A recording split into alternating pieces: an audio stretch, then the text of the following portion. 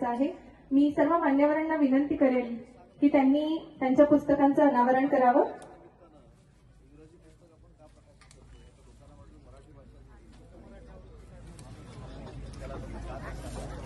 The CEO of the mind ही मनावर नियंत्रण आणि आत्मविश्वास यावर आधारित एक रोमांचक कादंबरी आहे।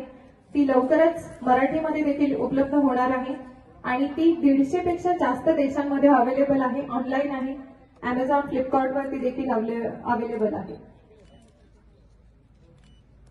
त्याचबरोबर झिरो टू लॉन्च हे पुस्तक व्यवसाय सुरू करण्यासाठी आणि वाढवण्यासाठी एक मार्गदर्शक पुस्तक आहे आणि हे पुस्तक उद्योजकांच्या कोर्सवरती आधारित आहे। नव उद्योजकांना प्रेरणा देण्यासाठी हे पुस्तक आधारित होते आणि आज माननीय मंत्री महोदयांच्या हस्ते या पुस्तकाचं उद्घाटन होत आहे।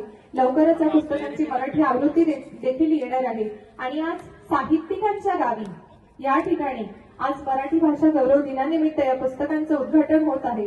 यापेक्षा सुवर्ण योग दुसरा कुठलाही नाही। तर एकदा जोरदार टाळ्या होऊन जाऊ देत।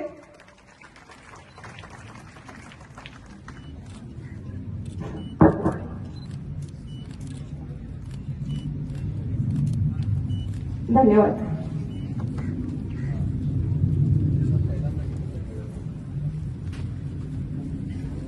पुढच्या कार्यक्रमाकडे वळूया आपण आता। आज देशामध्ये परदेशामध्ये देखील मराठी भाषा बोलली जाते।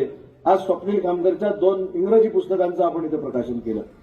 कदाचित कोणाचा गैरसमज होऊ नये की मराठी भाषेचा मंत्री कुसुमाग्रजांच्या गावामध्ये 2 इंग्रजी पुस्तकांचं प्रकाशन का करतो, होऊ शकतं ना, म्हणून गैरसमज दूर करतो।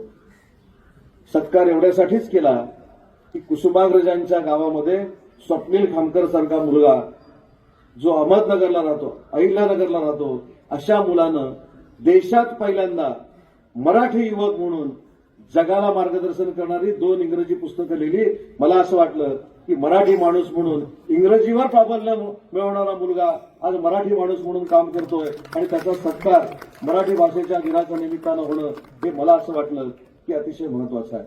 पण त्याच्याकडनं मी बॉन्ड करून नाही घेतलाय, पण त्याच्याकडनं कमिटमेंट घेतली की पुढच्या 3 महिन्यामध्ये ही पुस्तकं मराठीमध्ये आली पाहिजे।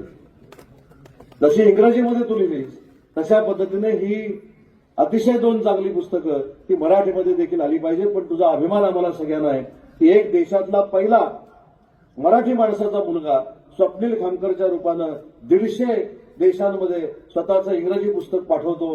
मला असं वाटतं की हा महाराष्ट्राचा अभिमान आहे। म्हणजे देशावर मराठीचं अधिराज्य गाजवण्याचं काम स्वप्नील खामकर सारख्या मुलाने केलं, म्हणूनच त्याचा इथे सत्कार केला। आणि त्याच्यामुळे स्वप्नीलची आता जबाबदारी आहे की कुसुमाग्रजांच्या गावामध्ये तुझ्या पुस्तकाचं प्रकाशन झालंय। पुढच्या वर्षी याच कार्यक्रमामध्ये तुझ्या या मराठी आवृत्तीचं प्रकाशन झालं पाहिजे। त्याच्यासाठी मराठी भाषा विभागाचं जे काही सहकार्य लागेल ती करण्याची जबाबदारी आज या कार्यक्रमाच्या निमित्तानं स्वतः राज्यातला मंत्री म्हणून मी स्वीकारलेली आहे।